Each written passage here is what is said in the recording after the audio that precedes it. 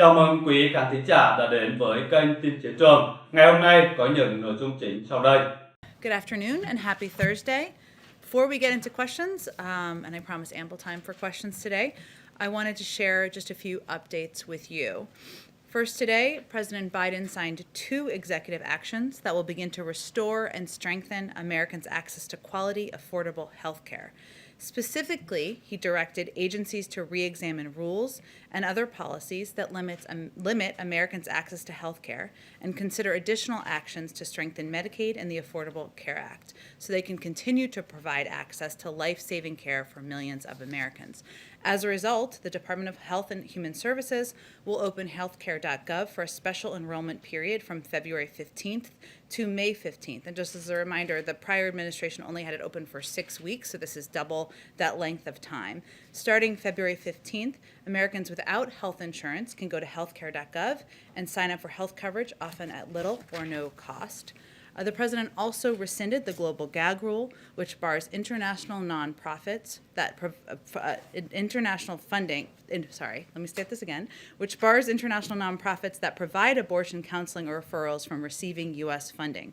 And he directed the Department of Health and Human Services to take immediate action to consider whether to rescind regulations under its Title X Family Planning Program. These also, of course, build on the actions the president has taken to put equity at the heart of his administration's response to COVID-19. Second, I wanted to update you on the amendment being made to the Public Readiness and Emergency Preparedness Act, or PrEP Act, declaration on the COVID-19 response. HHS will amend the current PrEP Act declaration to permit recently retired doctors and nurses to administer COVID-19 vaccines and to permit anyone currently licensed to vaccinate within their home state and to administer shots across state lines. So we've talked a lot in here about the need for not just vaccines, but vaccinators, and this is an effort to put more vaccinators in the field. A number of states have already taken action to ease licensing requirements to expand the vaccinator workforce, but this nationwide action will make that easier across the board. The amendment will help us in our vaccination efforts with the continued goal of 100 million shots in 100 days. Also today, I just wanted to point you to, which you may have all seen, the statement by National Economic Council Director Brian Deese about the quarterly GDP and weekly unemployment claims. And finally, a note on the Vice President's schedule. Today she's doing local TV interviews and meeting with editorial boards in West Virginia and Arizona to discuss the American Rescue Plan. So with that, go ahead. Thanks, Jen. I've got 2, one foreign, one domestic. I wanted to ask you about the Pakistani Supreme Court's decision to release the man that was convicted of the killing of journalist Daniel Pearl. Does the White House have a response, and are there plans to ask for his extradition to the U.S. for a trial?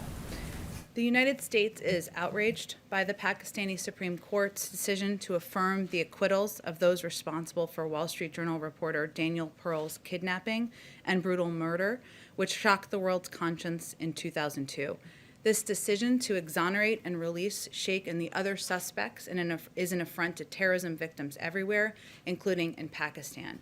We recognize past Pakistani actions to try to hold Mr. Pearl's murderers accountable, and we do note that as of right now, Omar Sheikh remains in detention in Pakistan under national security authorities. But we call on the Pakistani government to expeditiously review its legal options, including allowing the United States to prosecute Sheikh for the brutal murder of an American citizen and journalist. And we're committed to securing justice for Daniel Pearl's family and holding terrorists anywhere accountable for their heinous crimes. And the State Department, I know, also just put out a statement. To ask about this flurry of executive orders we've seen.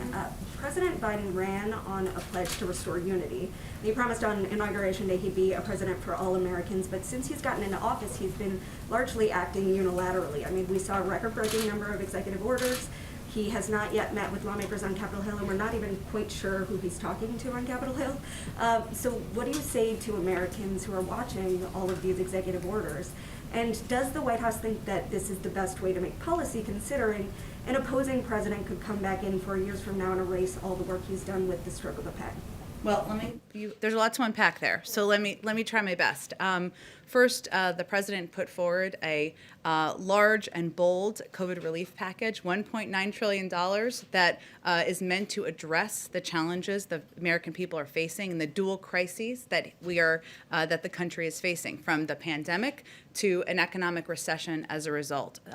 That package has the support of the majority of Americans, according to every poll that we have seen publicly released. So I would say first that part of unifying the country is addressing the problems that the American people are facing and working to reach out to Democrats and Republicans to do exactly that. And that's exactly what he's doing. He's had calls with Democratic and Republican members of Congress, many of them.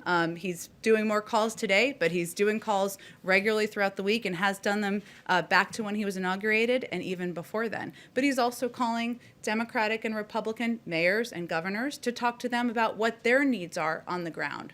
So his objective as president is to deliver on what he promised in his inaugural address, govern for all of the American people by focusing on addressing the issues that people are facing that aren't just hitting blue states or red states, aren't just hitting Democrats or Republicans, but are crises that we are all facing. And I think the polls will tell you that people are responding to that. In terms of executive actions, he also ran with a commitment to take steps immediately to address the pain and suffering that the American people were feeling. And that includes overturning some of the detrimental, harmful, and at times immoral policies and actions of the prior administration. But he's the first to tell you, as he said many times publicly, he's not going to take executive action alone. That's why he's put forward a number of packages that he's actively working with members of both parties to move forward on. Follow-up, if the issue is that Congress is so broken that he needs to work quickly unilaterally to get some of this done, then does he support the move towards reconciliation that Senate Democrats are talking about right now? It's essentially the same idea. Well, I didn't say that was his point of view. Those are your words, not mine. I would say his view is actually that these policies, the policies in his COVID relief package, are policies that are not Democratic or Republican. Everybody wants their kids to go back to school. Everybody thinks that there should be more shots in the arms of Americans. Everybody thinks that the American people should get more relief and a bridge in this period of time that is such a challenge. So what he's saying is, here's my proposal. Here's how I think. Here's how economists, medical experts, health experts think we can address these crises we all agree are impacting all of our constituents across the country. Let's have a conversation about it. That's what he's doing. At the same time, he's not going to delay action that would help bring relief to the public and help bring access to affordable health care to the American people, help ensure women have access to reproductive health as well. So, there are a lot of steps he's taken over the past couple of weeks. He's not going to delay actions that require immediate action, that he can bring that relief immediately, but he's also going to work with Congress. He's proposed multiple bills to do that. Go ahead, Mary. Following up on that, Democratic leaders on the Hill appear to already be eyeing reconciliation. We heard Leader Chuck Schumer today saying that they're moving ahead with or without Republicans. Does this undermine your calls for bipartisanship, and are you urging them to give this more time? Well, we're all very close to this here, reconciliation and all the terminology in Washington. Everybody who's watching may not be. Reconciliation is a parliamentary process. It's a way to get legislation through. It's a way to get relief to the American people. The president wants this to be a bipartisan package, regardless of the mechanisms.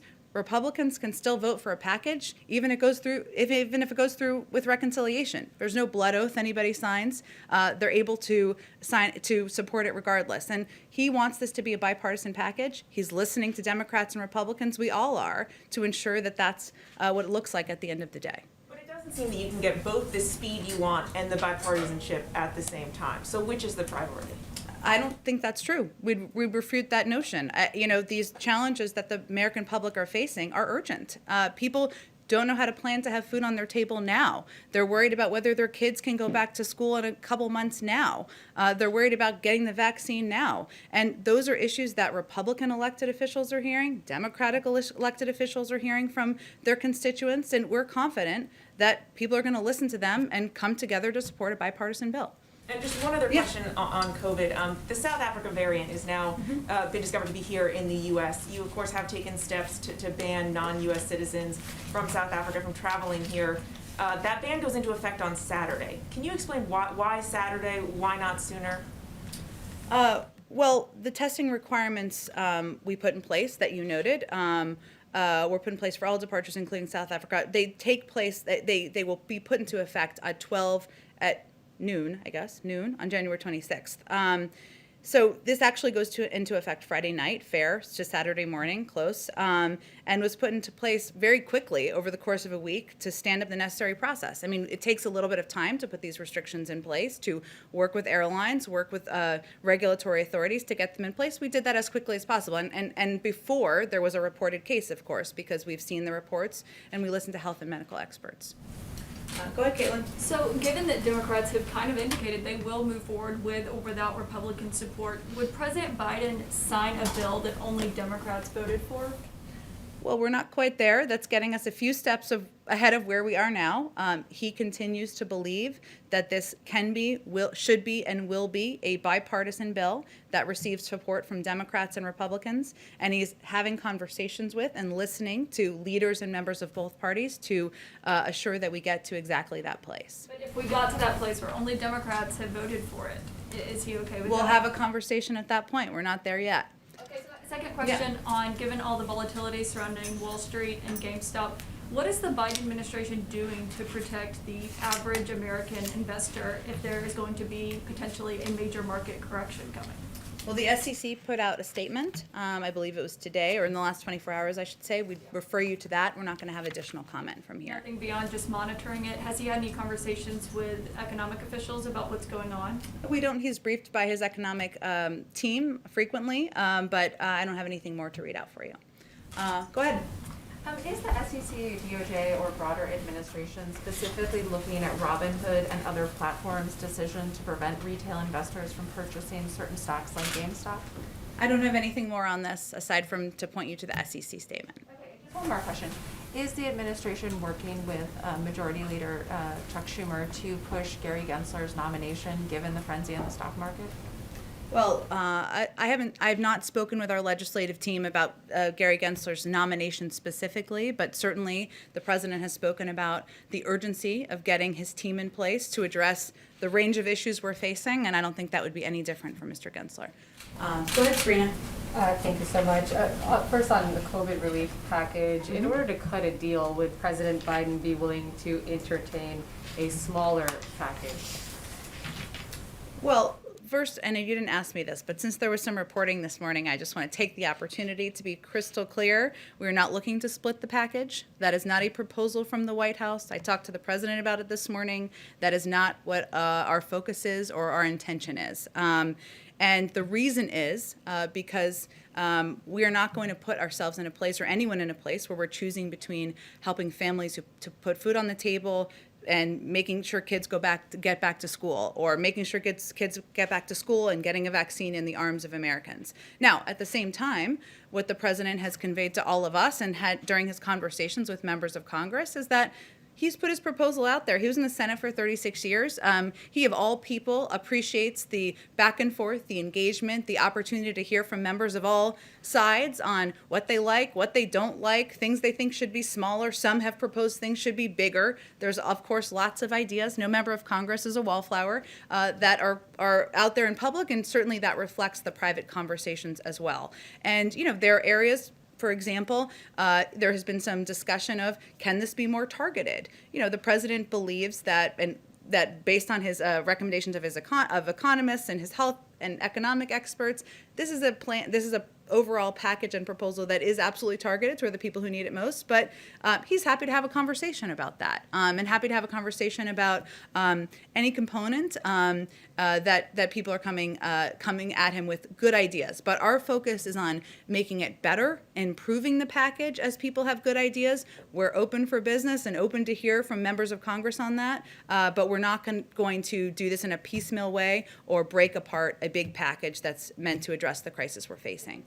On COVID, can you confirm that the Biden administration is actively looking into expanding mandatory testing for domestic travelers here in the United States, and what other new domestic requirements can you detail that might be forthcoming? Well, we had put out just a couple of days ago, as we talked about earlier, some specific requirements on international travel. As you know, I don't have anything to preview for you or predict on domestic travel restrictions. Our team is always evaluating and how to keep the American people safe. Go ahead. Thanks, Jen. Can you give the American people any hope that the vaccine supply is going to go much over 10 million doses a week for the next couple of months? Well, as you know, but in case people watching don't know, the president made an announcement just 2 days ago about increasing the supply of vaccines to ensure that we are getting as much of the supply into the hands of governors and elected officials as we can to get the vaccine into the arms of Americans. We're going to continue to push. As he said, he's going to continue to push. We will all continue to push. But the issue is not just vaccine supply. A big issue is vaccinators and the capacity to have people who can put the vaccine into the arms of Americans in communities and in neighborhoods to be able to do that. And it's also vaccine locations. So we already made an announcement less than 48 hours ago about increasing the vaccine supply going to states. He will continue to push. Our goal is, of course, to continue to increase in all of these areas. But the main issue is supply, isn't it? It's one of the issues. We will be in a place by this summer where we will have enough supply for the public, but that doesn't ensure that everybody will have had a vaccine, because we need to ensure we have the materials to distribute the vaccine, the vaccinators and qualified individuals to literally put the shots in the arms of Americans, places to do it. This is why this is such a Herculean task, because it requires so many components. Sanofi just announced that it has struck a deal with Pfizer to produce 125 million doses of the Pfizer vaccine, but that's all going to the EU and it's not going to start until this summer. Has the White House been talking to domestic pharmaceutical companies about doing something similar more quickly? Well, the president did invoke the Defense Production Act, as you all know, last week. But we're not, to quote Dr. Fauci, because it's always a good place to be, we're not producing shoes here. We're producing vaccines. And we want to work very closely with the manufacturers and the companies that are the experts on producing these to ensure they can do exactly that. It's not easy to start from scratch in a new facility. We're very mindful of that. And so right now, we're certainly reviewing all options, but our focus is on continuing to work directly with the manufacturers and their facilities to get the vaccines out the door. Go ahead. Thanks, Jen. And Nandita from Reuters News. One question on the healthcare EO today. How many people does the White House expect will sign up during the supplemental time period? How many people are you expecting will sign up for these insurance programs through the Federal Exchange? Well, we don't have a number to predict for you, but the reason that the president signed the executive order today was because it felt essential at a time of a pandemic when millions of people are concerned about their health care, far too many still don't have access, to open up an expanded window for Americans to be able to apply. And we will have a robust public campaign, paid media campaign to reach the American people, and we'll be putting a lot of levers and resources toward that. But I don't have a prediction for you in terms of the numbers. So absolutely no estimates going in? We're not going to do predictions from here. Just as many American people who don't have access and currently are not on the exchange that we can reach will be our goal to reach. And I had a follow-up on the markets and everything that's happening with GameStop. You did mention, I believe, yesterday that the Treasury Secretary is monitoring the situation and she's kind of on top of it. There have been some kind of concerns about her previous engagements with Citadel and speaking fees that she has received from Citadel. Are there any plans to have her recuse herself from advising the president on GameStop and the whole Robinhood situation? Well, just to be clear, what I said was that the Treasury Secretary is now confirmed. Obviously, we have a broad economic team. The SEC put out a statement yesterday that I referred to, but I don't think I have anything more for you on it, other than to say, separate from the GameStop issue, the Secretary of Treasury is one of the world-renowned experts on markets, on the economy.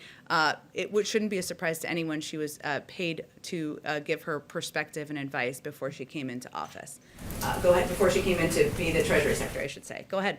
Jen, I have a couple of foreign policy issues. Sure. The first one is on Taiwan. Chinese Defense Ministry spokesman said yesterday that the Chinese military activities in the Taiwan Strait is a necessary response to foreign intervention and that any efforts towards independence means war. Does the administration believe that Beijing is testing the U.S. on the issue of Taiwan, and how would you respond? Well, the good news is that my longtime friend John Kirby is giving a briefing today at the Department of Defense, and I would certainly refer you to him and any comments he makes on this specific issue. Do you have another question? Yes. I'm just again following up Secretary Blinken's statement yesterday on the review of the sale of F-35s to the United Arab Emirates and also missiles to the Saudis. What is the message of the administration to the region in terms of your position on the Abraham Accords? I understand the president is open to having more countries join, but how urgent is it for the administration? And what would be your strategy? Would you, for example, continue the carrot and sticks approach of the Trump administration? Well, I know Secretary Blinken was just confirmed yesterday. I love having all these cabinet members and colleagues in places and agencies because there's even more expertise out there. But as you know, we've recently paused some arms sales to ensure they meet our strategic objectives, including how to end the conflict in Yemen. But State will be able to speak to it in greater detail. And as you also noted, there's going to be an ongoing review of a range of policies, including what our engagement will be in the Abraham Accords. In terms of the urgency, how urgent is it for the administration that more countries sign on? Well, again, this will be under the purview of the State Department. I'm sure they'll be speaking to it. And the Secretary was just confirmed earlier this week, so we'll give him a minute to figure out where his pencils and pens are. But certainly it's important, an important issue and one that they will be reviewing soon, I'm sure. Question on Russia. Do you have anything else to add now that the Russian court has rejected the appeal of Alexei Navalny? Anything else that you'd like to add beyond what you've said? No, as I noted the other day, and as was clear in the readout that we issued of the president's call with President Putin, he did not hold back in conveying his concern and about the treatment of Alexei Navalny and the treatment of protesters, and that is certainly something that will continue to communicate at many levels with the Russians. Go ahead. Hi, two questions. Actually, third, I just wanted to follow up on the Russia question. Is there anything at all that you can give us in terms of the tone of that call or the length of the call? I mean, the topics that you laid out, kind of boom, boom, boom, were all pretty, it seemed like quite a difficult conversation for the Russian president, perhaps. I'm just wondering if you can give us any sort of sense of color about how it went. Well, I'm not in the business of reading out anything the Russians are doing, as I know you're not exactly asking, but sort of. I will say that President Biden had clear objectives that he wanted to get across during that call. He has never held back as it relates to President Putin or his concerns about the actions of the Russian government, and he certainly conveyed that clearly during the call. As you know, there's also a review that's underway about a range of activities that is being overseen by his national security team, and he touched on a number of those issues during that call. But I don't have anything more for you. I'm sure the Kremlin is happy to give you a readout of how well President Putin thinks the call went. Go ahead. Fair enough. Another question is just on immigration. A federal judge in Texas has blocked your 100-day deportation pause. I just wanted to see how that's impacting the Biden agenda and if that is any way a reason for perhaps a delay in an immigration EO that we've been expecting. No, I will say, I know we had a statement on the specific case you referenced, which I'm happy to circle back with you on it if you haven't received it. In terms of our overarching agenda and approach to immigration, there was an early and draft version of what our executive order plan and schedule looked like, and that was early and was draft and was not accurate. But I will tell you, get some sleep this weekend. We'll have more to say next week on immigration. The president will, so we'll have more to report out to you in the next couple days. One final thing here.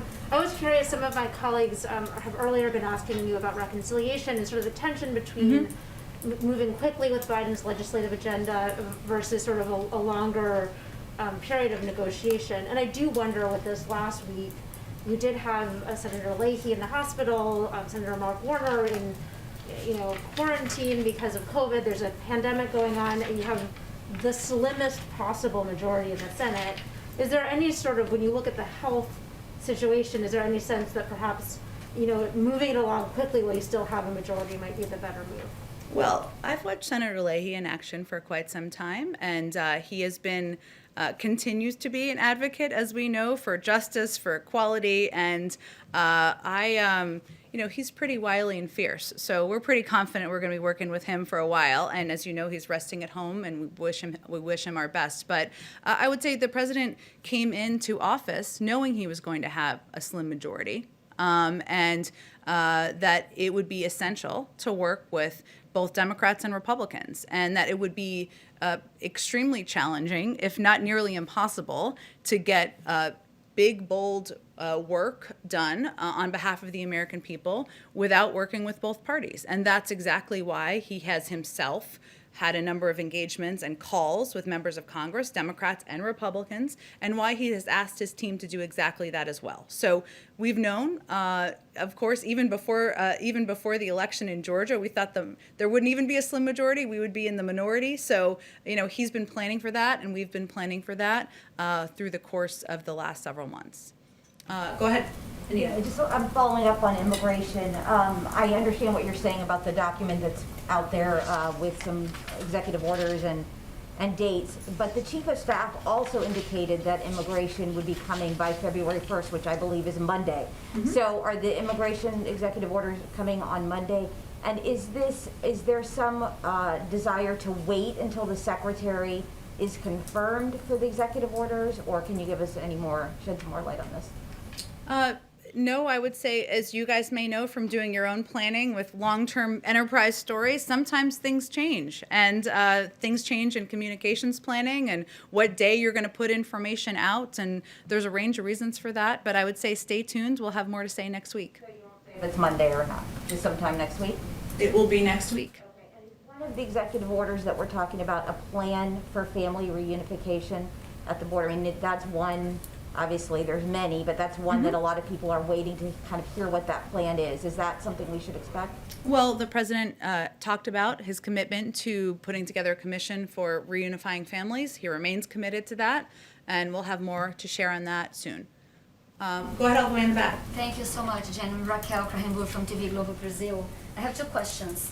Going back to the climate crisis, during the campaign, President Biden warned of economic consequences if Brazil did not reduce deforestation on the Amazon.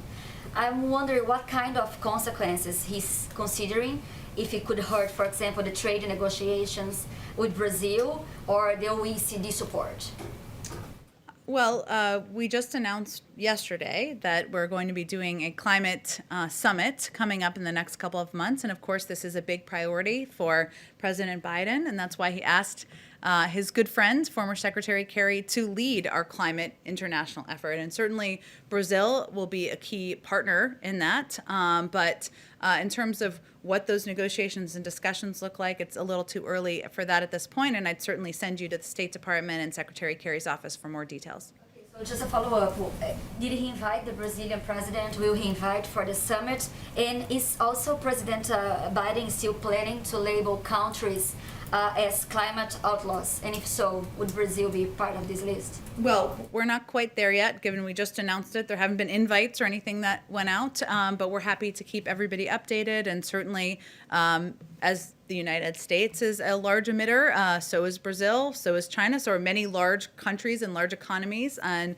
we all have a role to play in addressing this crisis.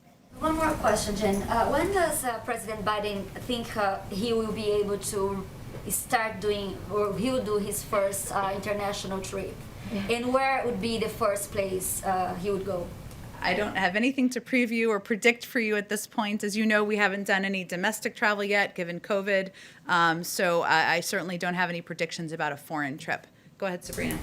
So I had a question on, at her confirmation hearing yesterday, UN Ambassador Designate Linda Thomas-Greenfield said she believed that BDS, the boycott, divestment, sanctions movement to pressure Israel, is unacceptable and borders on or verges on anti-Semitism. Is that a characterization that the White House shares when it comes to the BDS movement? I don't have anything more for you on kind of our position. It's, I think, been that the president has spoken to this as a candidate and prior as vice president, but I don't have anything new, and I'm happy to get back to you if there's anything I can get to you from the National Security Team. Go ahead.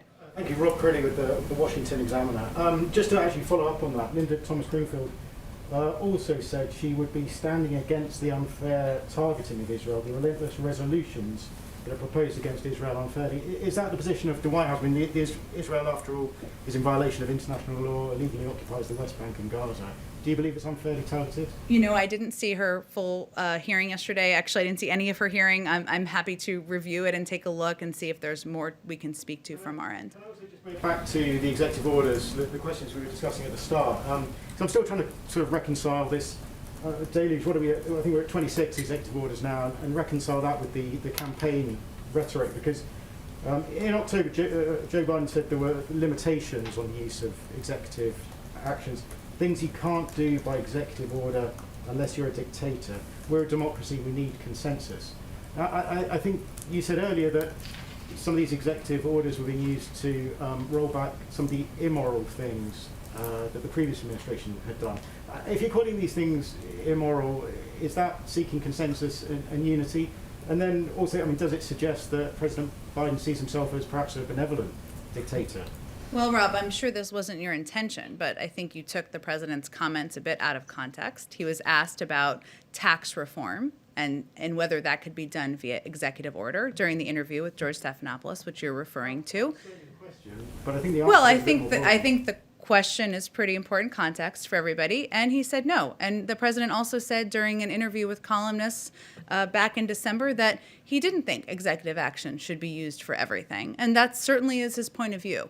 But there are steps, including overturning some of the harmful, detrimental, and yes, immoral actions of the prior administration that he felt he could not wait to overturn. And that's exactly what he did. Now, any historian will tell you that he walked into the presidency at one of the most difficult moments in history that required additional executive action in order to get immediate relief to the American people. But he believes, as is law, as everybody knows how a bill becomes a law, is that in order to make action and policy permanent, you need to work with Congress. That's why he has also proposed a COVID relief package, a big, bold package. Some say very big. I agree with that. And also an immigration bill. He has not held back or delayed putting forward legislation either. So he's going to use the levers that every president in history has used, executive actions. But he also feels it's important to work with Congress and not just one party, but both parties to get things done. Go ahead in the back. Thank you, Jen. A couple of questions. One technical question on the EO signed today. Does the EO on ACA open the marketplace to non-citizens, to legal residents or undocumented immigrants that may be able to benefit from the extra care? It doesn't change the requirements for a qualifying for the Affordable Care Act. It opens it up for 3 months for people who would be already eligible for the Affordable Care Act. So, but obviously there are, the Health and Human Services team will continue to look for ways to expand access. I will say, you didn't ask this, but this is a common question, so I'm just going to proactively answer it, that we do feel as an administration that ensuring that all people in the United States, undocumented immigrants as well, of course, should receive access to a vaccine because that, one, is morally right, but also ensures that people in the country are also safe. That was my second question. How are you guiding the states? good. Actually, yes. Okay. How are you guiding the states? It's a common one. Yeah, how are you guiding the states, if in any way, to get those undocumented communities to come forward to get vaccinated? Many of them in the states don't have any way to prove that they're residents of those states in order to go to their local clinics and prove residency to get the vaccine. So how are you working with the states to get that done?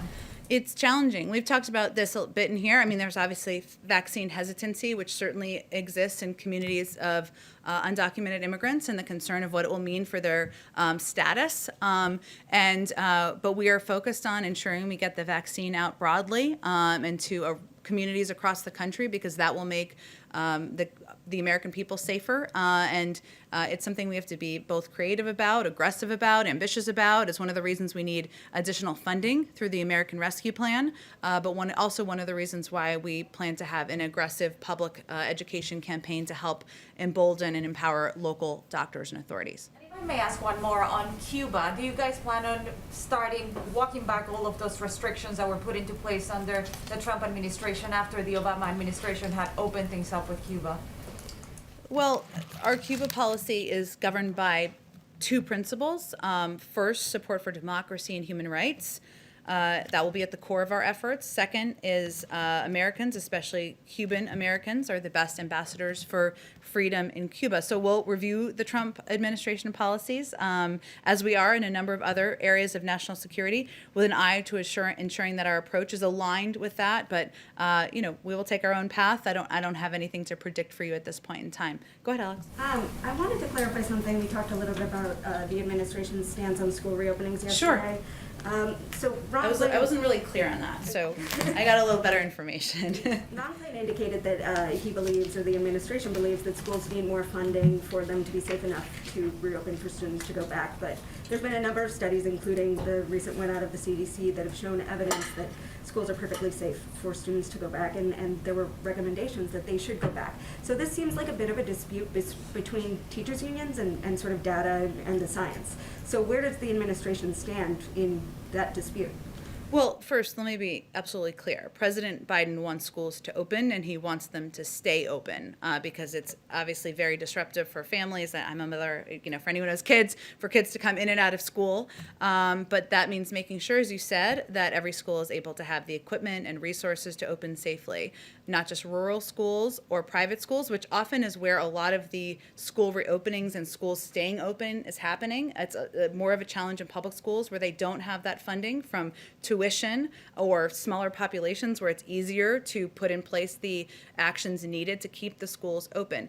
But the CDC study, which I know has received a lot of attention, was based on kind of an area that was more rural in Wisconsin. It was not, and I think what Dr. Walensky has said is that, and I think she said this on CNN last night, is that for areas where they are more populated, where schools where there's a lot more foot traffic, that there are going to need to be a lot of steps put in place in order to make the schools reopening safe. But we are committed to doing that. That's why the president signed an executive order last week supporting the safe reopening of schools. It requires the Departments of Education and CDC to provide evidence-based guidance. So that will include things like testing, smaller class sizes, more ventilation, better cleaning, PPE, strong state and local public health guidance. But we want to provide that clarity from the federal government because there's a lot of confusion, and public schools especially don't know what steps they need to take, how to ensure they're safe. Those are all good decisions that are going to be made locally, but we want to give them the guidance.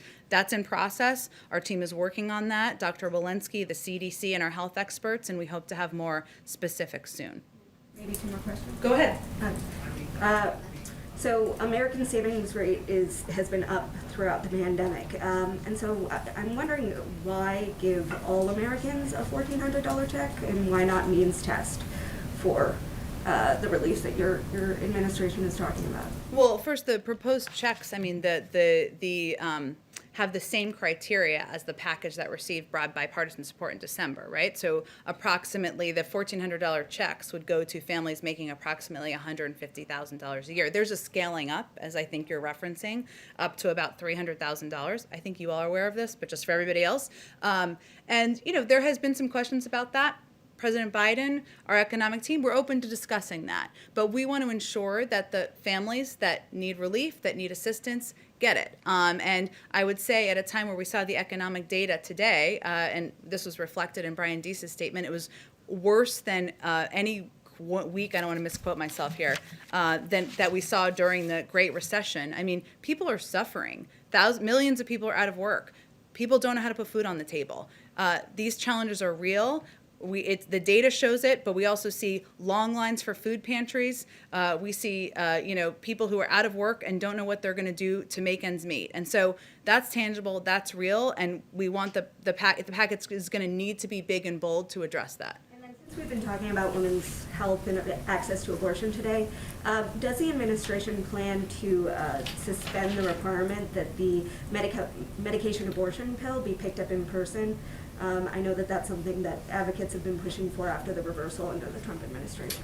Yeah, I've certainly seen some reporting and questions about that. I'll have to talk to our health team about that specifically. Can I ask one more about the travel restrictions? Sure, go ahead, and Caitlin, then we'll go to you. A lot of our viewers are asking if there will be any kind of consideration for waivers for students or unmarried couple like fiancés, since that is now the requirement for testing and quarantine. Well, I know there's been a lot of coverage of this and questions because these are people's lives and human beings who are missing their loved ones and their family members. And just to restate what the requirements are now. So spouses of American citizens and lawful permanent residents are able to travel under these restrictions we've put in place on international travel, although they have to take part in the mandatory pre-departure testing that applies to everyone. And we are reviewing and assessing, I should say, how students and unmarried couples and how we can proceed with that moving forward. I don't have anything to preview for you, but our team is looking into that. Criteria, why countries with high numbers like Russia or India or Mexico are not in the list? Well, our health and medical team takes a close look at what restrictions we need to put in place in order to keep the American people safe, and that's how we review it. It's not about geopolitics. It was at times in the prior administration. That's not how we approach things. It's about where we need to put restrictions in place to keep the American people safe. I promise Caitlin she'd get the next question. So just to get some clarification on the CDC study about schools being good to reopen if precautions are taken, is the White House position that it needs to be further studied since you're citing just the one school in Wisconsin, or does the White House agree with the recommendations from the CDC about schools reopening? Well, the CDC hasn't issued the formal recommendations or requirements on how all schools across the country can open. They did a report, as they do reports frequently, based on an area in Wisconsin. Important, interesting data, no doubt, but that is not reflective of every school district and community in the country. And so they will be coming out with more specific requirements, or more specific, I should say, guidelines for the public, because there are schools that are in much more highly populated areas. There are schools that have far more kids in classrooms, far more kids walking into the school, and they want to ensure that there's clarity on testing needs, class size needs, public health guidance that people can abide by. But their recommendation is that K through 12 schools should be the last settings to close after all of these mitigation measures have been employed and the first to reopen. So we all want schools to open and be open for good. What I'm reflecting on, or what I'm trying to clarify, I guess, is that schools in cities are dealing with different challenges than schools in rural communities, and schools in Wisconsin may be dealing in different challenges than schools in downtown Atlanta, right? So there needs to be the CDC will issue more specific guidelines soon. They're focused on it now. Okay, and last question on this. So President Biden has said he wants all schools to reopen in his first 100 days. Is that still the goal if Congress does not pass this proposal, which has the money for schools, which Ron Klain and others have said is what they believe schools need to reopen? I sense skepticism about the bill getting passed. We don't feel that. Look, I think the reason... I know, that's your job. Look, I think, Caitlin, one of the reasons why we're so focused on the American Rescue Plan and getting it urgently passed through Congress is because we need this funding in order for schools to reopen and for them to have the support to ensure that they have proper ventilation, better cleaning, testing, PPE. That's a key component of the package. And that's one of the reasons we're not going to negotiate out that versus vaccine funding or unemployment insurance, because that's a key component, and we need that to ensure that schools will have the resources across the country to be able to reopen, and that's exactly what the president wants to happen. Thank you, Jen. Thank you. Oh, okay, we're good. She was very patient. Go ahead. Thank you. I just wonder if there is a general sense of frustration just about the pace of things, given the vaccine distribution, some of what you inherited from the Trump administration, trying to roll out executive orders, working with Congress and sort of having some lawmakers raise concerns. Is it harder to change things than you all thought it would be? I'm only laughing because we're on our 8th day here. So, and in that period of time, the president has signed multiple executive orders. He has proposed several comprehensive bills. He's had many conversations with members of Congress about the urgency of getting things done. And I will say in those conversations, there is an understanding and agreement about the urgency of addressing these issues. So, no, we're actually pretty hopeful and optimistic about the opportunity and the ability to work with Democrats and Republicans to get packages through to help bring relief to the American public. But we also recognize that members of Congress they're not wallflowers. They have different points of view. They have lots of ideas. They're going to bring those forward. We're hearing them, and we're just eager to move things forward as quickly as we can. But we're on day 8, so we are confident we're still on a pretty rapid pace here. Thanks, everyone. I appreciate all of you. I'll be in my office. Thanks for your time, and we'll do this again tomorrow. Cảm ơn quý khán thính giả đã quan tâm theo dõi đến hết chương trình của chúng tôi. Quý vị nhớ like, share và comment trong phần video để thông tin được lan tỏa đến với nhiều người. Thân ái chào tạm biệt và hẹn gặp lại quý vị trong các chương trình tiếp theo của kênh Tin Chiến Trường.